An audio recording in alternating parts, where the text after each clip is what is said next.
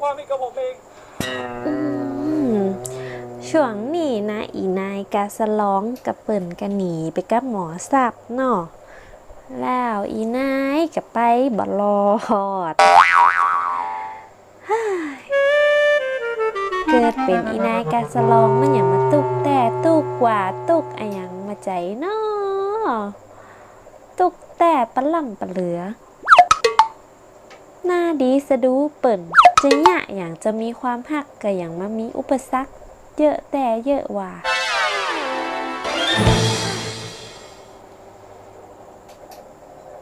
กำเมืองวันนี้